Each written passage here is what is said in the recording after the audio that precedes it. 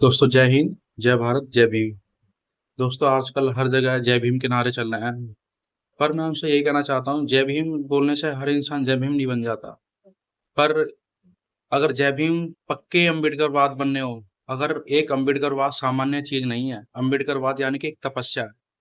अगर आप जय भीम के नारे लगा रहे हो और एक अम्बेडकरवादी हो, तो आप वो समझो कि ये तपस्या है हमारे लिए। और हमें दूसरे के कर्म कांड से बाहर निकलना होगा। दूसरे के कर्म कांड जिन्होंने, जो मैं बोलना चाहता हूँ वो समझ जाइए। उनके कर्म कांडों से हमें बाहर निकलना होगा और अपने बच्चों को एक नई दिशा दिखानी है। बाबा साहब के विचारधाराओं पे चलाना है। सिद्धार्थ गौतम के, बुद्ध की, उनकी विचारधाराओं पे चलाना है। सावित्रीबाई फुले के विचारधाराओं पे चलाना है। पेरियार के विचारधाराओं पे चलाना है। तो ये लोग क्या थे, ये महान पुरुष ऐसे नहीं बने थे। आज अगर वो होते तो पाखंड मुक्त भारत कब का हो गया होता। पर आज उनकी कही कुछ किताबें सत्य हैं, जो आज लोग उनको पढ़ रहे हैं। मैंने भी कुछ किताबें पढ़ी हैं। तो मैंने देखा है कि कुछ गुलामगिरी किताब, अगर आप वो किताब पढ़ोगे तो उसमें देखोगे कि ओबीसी हो या एसटी हो या एससी, ये हिंदुओं में नहीं आते, ये दलित हैं। ठीक है, कोई पिछड़ा वर्ग है, कोई दलित है, कोई अति पिछड़ा है। तो हमें अगर अम्बेडकरवाद बनना है तो हमारे लिए एक तपस्या बनी है, और ये हमें इनके कर्मकांड को त्यागना होगा। ब्रह्मा विष्णु महेश को, मैं आज तक इन्होंने कुछ नहीं दिया। ये इतिहास जानता है और हमसे इतिहास में बहुत कुछ छुपाया गया है। ठीक है, ये एक बाबा साहब ने भी बोला था कि मैं इन कर्मकांड को नहीं मानता। उनकी गुलामगिरी किताब, उसमें भी लिखा है ये बात कि इन्होंने हमेशा लोगों को गुलाम बना के रखा है।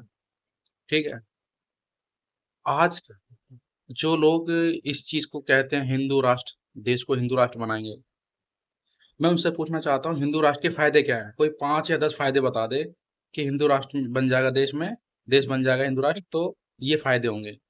क्या दलित अत्याचार नहीं सहेगा, या उनके लिए आरक्षण मतलब रहेगा नहीं रहेगा, ये भी कुछ गारंटी नहीं है।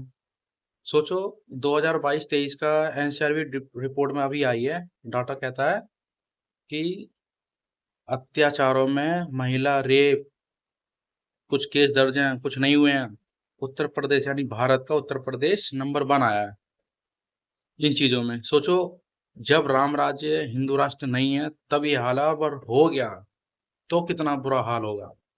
अब एक वीडियो देखी थी कि 60 साल के बुजुर्ग आदमी ने गलती से वहां पेशाब कर दी, तो उसको आरएसएस वालों ने वो पेशाब हाथ से चटवाया। सोचो, ये गोडसे की विचारधारा है। और ये लोग कहते हैं कि हिंदू राष्ट्र बनाएंगे देश। दोस्तों, मैं किसी की भावनाओं को ठेस नहीं पहुंचा रहा हूँ, मैं किसी की आस्था को ठेस पहुंचा रहा हूँ। क्योंकि हमारे हिंदू राष्ट्र में ना, हिंदू लोगों में ना बहुत जल्दी आस्था आस्था ठेस पहुंच जाती है, हो जाती है बहुत जल्दी। तो मैं उनसे यही कहना चाहता हूँ, हमारे बहुजन समाज के लोग जितने भी हैं, एससी एसटी ओबीसी, अपने बच्चों को किताबें पढ़ाएं, अपने बच्चों को शिक्षा दें, उनको बताएं आने वाली पीढ़ी की, उनको किसने ये अधिकार दिलाए हैं। हमें किसी भगवान ने अधिकार नहीं दिलाए थे स्कूल जाने का, हर चीज का बहुत कुछ ऐसे अधिकार, अगर किताबें पढ़ोगे तो उसमें कुछ बहुत कुछ लिखा है। तभी आपके अंदर सद्बुद्धि आएगी। ठीक है, तो मैं चाहता हूँ कि हमारे बहुजन समाज के लोग किताबें पढ़ें, उन्हें अपने बच्चों को सिखाएं, अपने बच्चों को एजुकेशन पे बहुत ज्यादा ध्यान दें। और हो सके तो बाबा साहब की विचारधाराओं पे चलें, बुद्ध की विचारधाराओं पे चलें। बुद्ध जी जो थे, सिद्धार्थ गौतम बुद्ध, उन्होंने कभी नहीं बोला कि मैं भगवान हूँ। उन्होंने तो सिर्फ एक ही बात बोला, अपना दीपक स्वयं बनो और अपना दीपक खुद जलाएं। तो उनकी विचारधाराओं पर चलना ये बहुत अच्छी बात है। उन्होंने कभी ये भी नहीं बोला कि मुझसे कोई आस्था रखना भाई, या मुझ पे कोई भरोसा करना। उन्होंने बताया था कि अपने, बस जैसे रास्ते बता रहा हूँ उसी रास्ते पर चलना है। तो मैं ये, मेरी आखिरी बात यही है कि हमारे बहुजन समाज के लोगों से रिक्वेस्ट है, जितना हो सके अपने बच्चों को पढ़ाएं, आईपीएस आईएएस ऑफिसर बनाएं, और उनको किताबें पढ़ाएं जरूर। और हो सके तो ज्यादा से ज्यादा कर्म कांडों से बाहर निकलें। इन कर्म कांडों में कुछ नहीं रखा है। बिना मेहनत करे, इस संसार में बिना मेहनत करे कुछ नहीं है। चाइना, अमेरिका, देखो कहने को तो बहुत कुछ है कि दुनिया भगवान ने बनाई है, पर दुनिया भगवान ने बनाई है तो उस दुनिया में अमेरिका भी है, चाइना भी है, वर्ल्ड में यूनिवर्सल में। वहाँ पे तो इंसान भगवान को नहीं मानते हैं और इस धरती पे तो हर इंसान ने अलग-अलग भगवान बना दिया, अलग-अलग देवी-देवता बना दिया। मुझे ये समझ में नहीं आता अगर किसी के पास देवी-देवता की शक्ति है तो वो इतना गरीब क्यों है, इतना परेशान क्यों है और वो इस परेशानी का हल क्यों नहीं निकालता? पर मेरे को नहीं लगता कि इस संसार में ऐसी कोई शक्ति है। अगर इंसान बुरे कर्म करता है तो भाई उसका नतीजा भुगतना ही होता है। इस ये कोई पिछले जन्म की कोई बात नहीं है। किसी को यही नहीं पता कि पिछला जन्म इंसान का मिलेगा भी नहीं मिलेगा, पर पहले से ही बोल देते हैं तुम स्वर्ग में जाओगे, नरक में जाओगे। जिंदा जा नहीं सकता, मरा बता नहीं सकता, तो स्वर्ग नरक देखा किसने? ये मुझे फेक लगती है, ये बात बिल्कुल फ्रॉड है।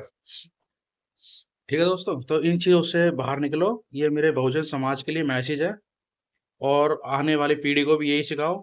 बाबा साहब की विचारधारा इनको बताओ, सावित्रीबाई की फूले की विचारधारा बताओ, पेरियार की विचारधाराएं बताओ, लल्लन सिंह यादव कौन थे उनकी विचारधारा उनको बताओ।